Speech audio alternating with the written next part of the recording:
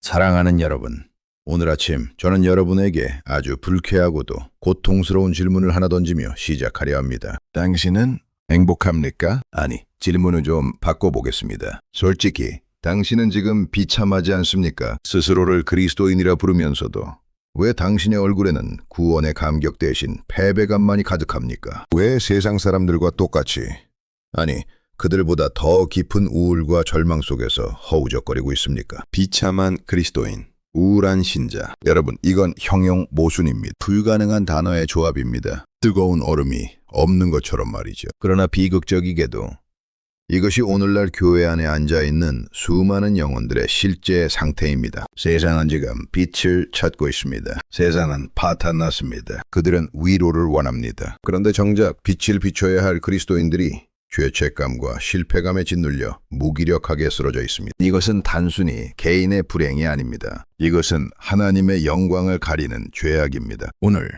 우리는 이 지긋지긋한 영적 패배의 사슬을 끊어내야 합니다. 만약 당신이 이 진리의 말씀 앞에서 자신의 비참함을 직면하고 진정한 자유를 얻기를 원한다면 지금 이 순간 마음을 다해 귀를 기울이십시오. 우리가 이 진리의 여정을 계속 이어가기 위해, 또한 더 많은 방황하는 영혼들이 이 복음을 듣게 하기 위해 구독과 좋아요를 눌러주십시오. 이것은 단순한 클릭이 아닙니다. 이 타락한 시대에 진리를 선포하는 사역에 동참하겠다는 여러분의 의사표시가 될 것입니다. 자, 이제 하나님의 말씀 로마서 6장 14절을 펴십시오. 우리의 유일한 탈출구가 여기에 있습니다. 제가 여러분의 주의를 환기시키고 싶은 말씀은 이것입니다. 죄가 너희를 주관하지 못하리니 이는 너희가 율법 아래 있지 아니하고 은혜 아래 있음이라. 이 위대한 선언을 이해하기 위해 우리는 먼저 인간이 처한 비참한 현실을 해부해야 합니다. 왜 많은 신자들이 실패합니까? 왜 여러분은 죄와 싸우겠다고 결심하고 금식하고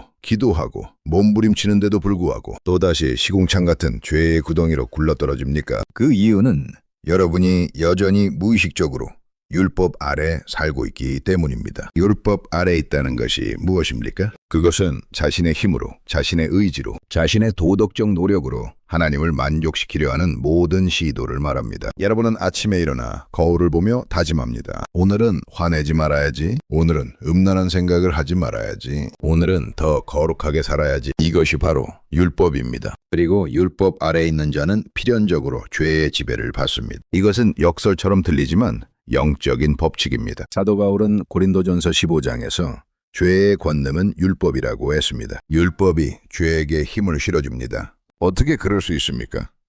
율법은 거룩하고 의롭고 선한 것입니다. 그러나 그 율법이 타락한 본성을 가진 우리와 만날 때 끔찍한 화학 반응이 일어납니다. 첫째, 율법은 우리의 죄를 들추어내고 정죄합니다. 율법은 우리를 발가벗깁니다. 너는 탐내지 말라는 계명이 오기 전까지 나는 내가 탐욕스러운 존재인 줄 몰랐습니다. 그러나 계명이 내 마음에 떨어지는 순간 나는 내가 얼마나 썩어빠진 죄인인지를 깨닫습니다. 율법은 검사처럼 우리를 고발합니다. 너는 실패했다. 너는 자격이 없다. 너는 죽어야 한다. 이 정죄감, 이것이 여러분을 영적 우울증으로 몰아넣는 주범입니다. 둘째, 율법은 죄를 자극합니다. 인간의 본성은 사악하여 하지 말라는 말을 듣는 순간 그것을 하고 싶은 욕망이 불타오릅니다. 에덴 동산을 보십시오. 선악과를 먹지 말라는 계명이 뱀의 유혹과 결합하여 인간의 반역심을 부추겼습니다. 여러분이 죄를 짓지 않으려고 발버둥 칠수록 죄는 더 강력한 힘으로 여러분을 휘감습니다. 음란물을 보지 않겠다고 이악 물고 다짐하지 말수록 여러분의 머릿속은 온통 그 생각으로 가득 차지 않습니까? 이것이 율법의 한계이며 인간의 전적 타락입니다. 셋째, 율법은 능력을 주지 않습니다. 율법은 표지판과 같습니다. 서울은 이쪽입니다. 라고 가리킬 수는 있지만 다리 부러진 사람을 서울까지 데려다 주지는 못합니다. 율법은 의롭게 살아라 라고 명령하지만 의롭게 살 힘은 단 한 방울도 주지 않습니다. 그러므로 사랑하는 여러분, 만약 여러분이 자신의 노력과 결단으로 신앙생활을 하려 한다면 여러분은 백전백패할 것입니다. 여러분은 막다른 골목에 와 있습니다. 여러분의 도덕성, 여러분의 종교적 열심, 여러분의 눈물, 그 어떤 것도 여러분을 죄의 지배에서 구해낼 수 없습니다. 절망하십시오. 철저히 절망하십시오. 여러분의 자아 속에는 소망이 없습니다. 자, 이제 이 절망의 구덩이에서 눈을 들어 십자가를 바라보십시오. 사도 바울은 우리가 이 율법의 저주에서 벗어나는 유일한 길을 제시합니다. 그것은 더 노력하는 것이 아닙니다. 그것은 우리의 신분을 깨닫는 것입니다. 로마서 6장의 핵심은 그리스도와의 연합입니다. 이것을 이해하지 못하면 기독교는 단순히 고상한 윤리 강좌로 전락합니다. 아담이 범죄했을 때 우리 모두는 아담 안에 있었습니다. 아담은 인류의 머리였습니다. 그가 망했을 때 우리도 망했습니다. 이것이 원죄입니다. 이것을 부인한다면 성경을 덮으십시오. 그러나 복음의 영광은 우리가 예수 그리스도를 믿을 때 우리가 그리스도 안에 있게 된다는 사실입니다. 바울이 말하는 논리는 이것입니다. 그리스도께서 십자가에서 죽으셨을 때 단순히 그분만 죽으신 것이 아닙니다. 여러분의 옛사람도 그분과 함께 십자가에 못 박혔습니다. 믿으십니까?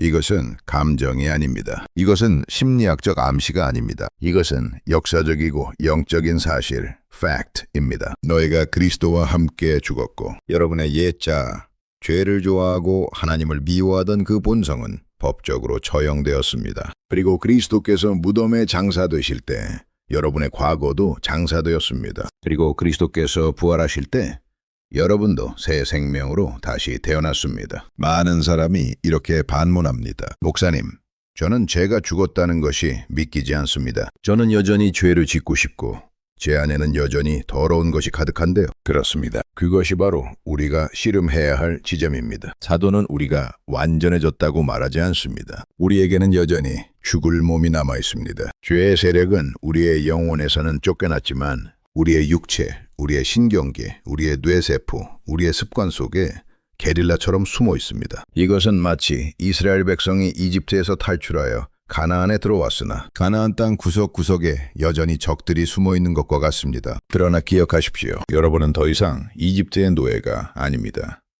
바로 페로는 더 이상 여러분의 주인이 아닙니다. 죄는 여러분의 몸에 남아 괴롭힐 수는 있으나 여러분을 주관, dominion 할 수는 없습니다. 왕권은 바뀌었습니다. 국적은 변경되었습니다. 우리는 이 사실을 여겨야 reckon 합니다. 이와 같이 너희도 너희 자신을 죄에 대하여는 죽은 자요 그리스도 예수 안에서 하나님께 대하여는 살아있는 자로 여길지어다. 여긴다는 것은 없는 것을 있는 척하는 자기 최면이 아닙니다. 장부에 기록된 숫자를 사실 그대로 인정하는 회계 용어입니다. 통장에 100억이 입금되었다는 사실을 믿고 그에 맞게 행동하는 것입니다. 여러분은 죽었습니다. 죄에 반응하던 옛 자아는 죽었습니다. 이것을 선포하십시오. 유혹이 올 때마다 여러분 자신에게 설교하십시오. 나는 죽었다. 이 죄에 반응하던 나는 2000년 전 갈보리 언덕에서 예수님과 함께 처형되었다. 나는 이 죄와 상관없는 사람이다. 이제 우리는 이 위대한 선언의 후반부를 보아야 합니다. 이는 너희가 법 아래 있지 아니하고 은혜 아래 있으며 은혜 아래 있다는 것은 무엇입니까?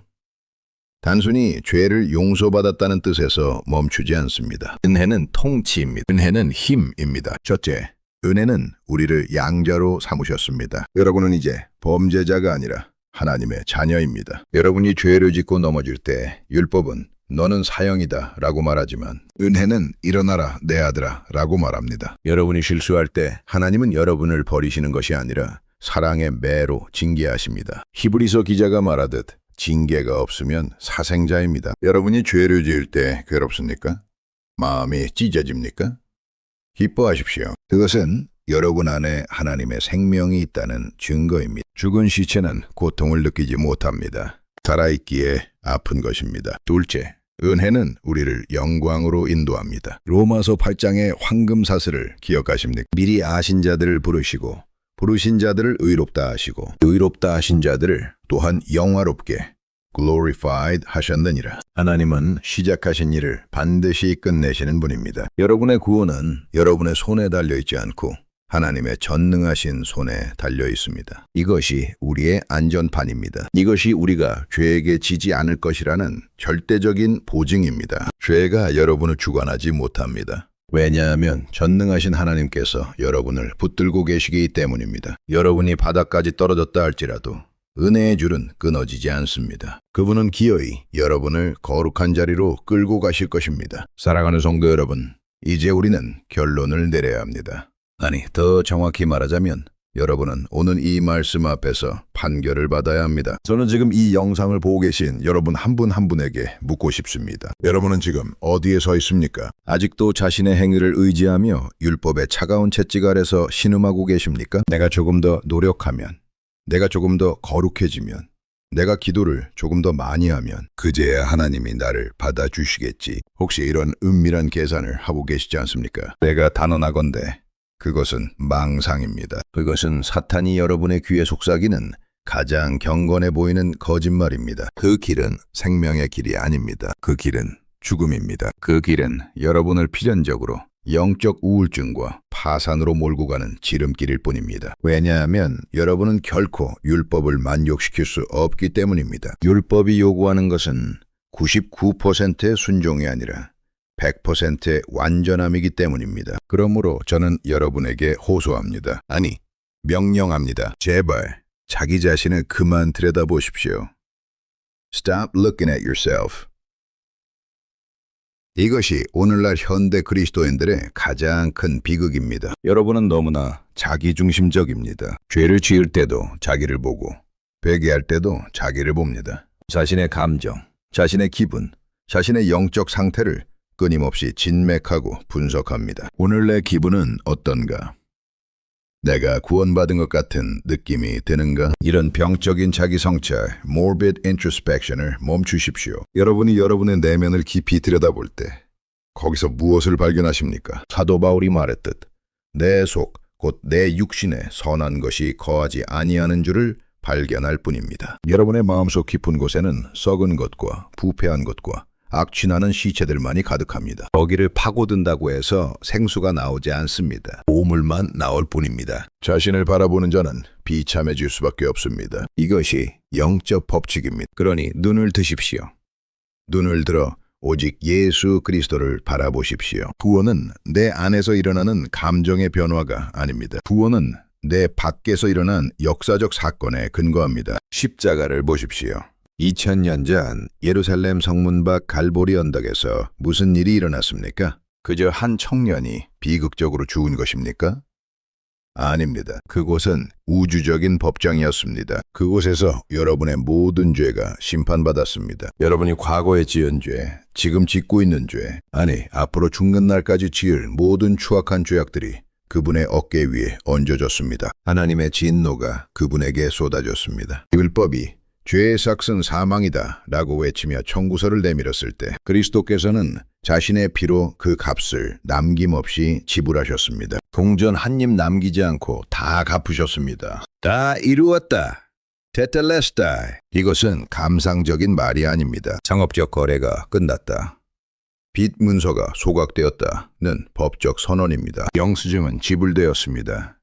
율법은 더 이상 여러분에게 청구할 권리가 없습니다. 그런데 왜 여러분은 이미 갚은 빚 때문에 감옥에 갇혀있는 사람처럼 떨고 있습니까? 왜 이미 열린 감옥문을 붙잡고 울고 있습니까? 이제 여러분은 자유인입니다. 이것은 여러분의 느낌과 상관없는 사실, 팩트입니다. 여러분이 우울해도 사실이고 기뻐도 사실입니다. 여러분이 죄에 넘어져 진흙탕에 뒹굴고 있는 그 비참한 순간에도 여러분의 법적 신분은 하나님의 자녀라는 사실에 변함이 없습니다. 그러므로 이제 사탄이 찾아와 여러분을 정죄할 때, 죄가 여러분에게 옛 주인 행세를 하며 명령하려 할 때 쭈그리고 앉아 울지 마십시오. 일어나서 담대하게 그 면전에 대고 외치십시오. 논리적으로 반박하십시오. 죄야, 들어라. 나는 너의 명령을 듣지 않는다. 너는 더 이상 나의 주인이 아니다. 너는 내 죽을 몸을 건드릴 수는 있다. 나를 넘어뜨릴 수도 있고 내 육체를 괴롭힐 수도 있다. 하지만 너는 내 영혼의 왕좌에는 결코 앉을 수 없다. 나의 옛사람은 죽었다. 나의 주인은 예수 그리스도시다. 나는 그분과 함께 죽었고 그분과 함께 살았다. 나는 은혜 아래 있는 자다. 이것이 강해 설교가 주는 진정한 자유입니다. 이것이 복음의 능력입니다. 여러분, 감정에 속지 마십시오. 상황에 속지 마십시오. 눈에 보이는 현실에 속지 마십시오. 기록된 하나님의 말씀, 그 불변하는 진리의 반석 위에 두 발을 딛고 서십시오. 바람이 불고 창수가 나도 무너지지 않는 집은 기분 위에 지은 집이 아니라 말씀의 반석 위에 지은 집입니다. 이제 마지막으로 권면합니다. 로마서 6장 13절의 명령을 따르십시오.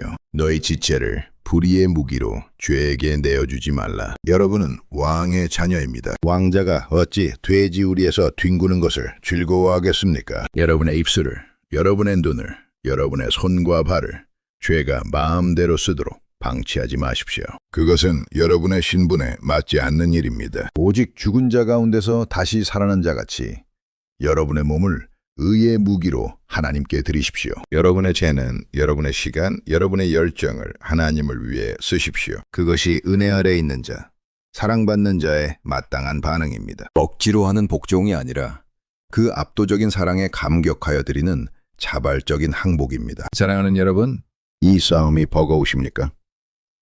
때로는 실패할까 두려우십니까? 걱정하지 마십시오. 이 싸움의 승패는 이미 결정되었습니다. 여러분이 붙잡고 있는 줄은 끊어질지 몰라도 하나님께서 여러분을 붙잡고 계신 은혜의 줄은 결코 끊어지지 않습니다. 그분은 여러분을 시작하셨고 그분이 여러분을 끝내실 것입니다. 여러분은 반드시 거룩해질 것이며 반드시 영화롭게 될 것입니다.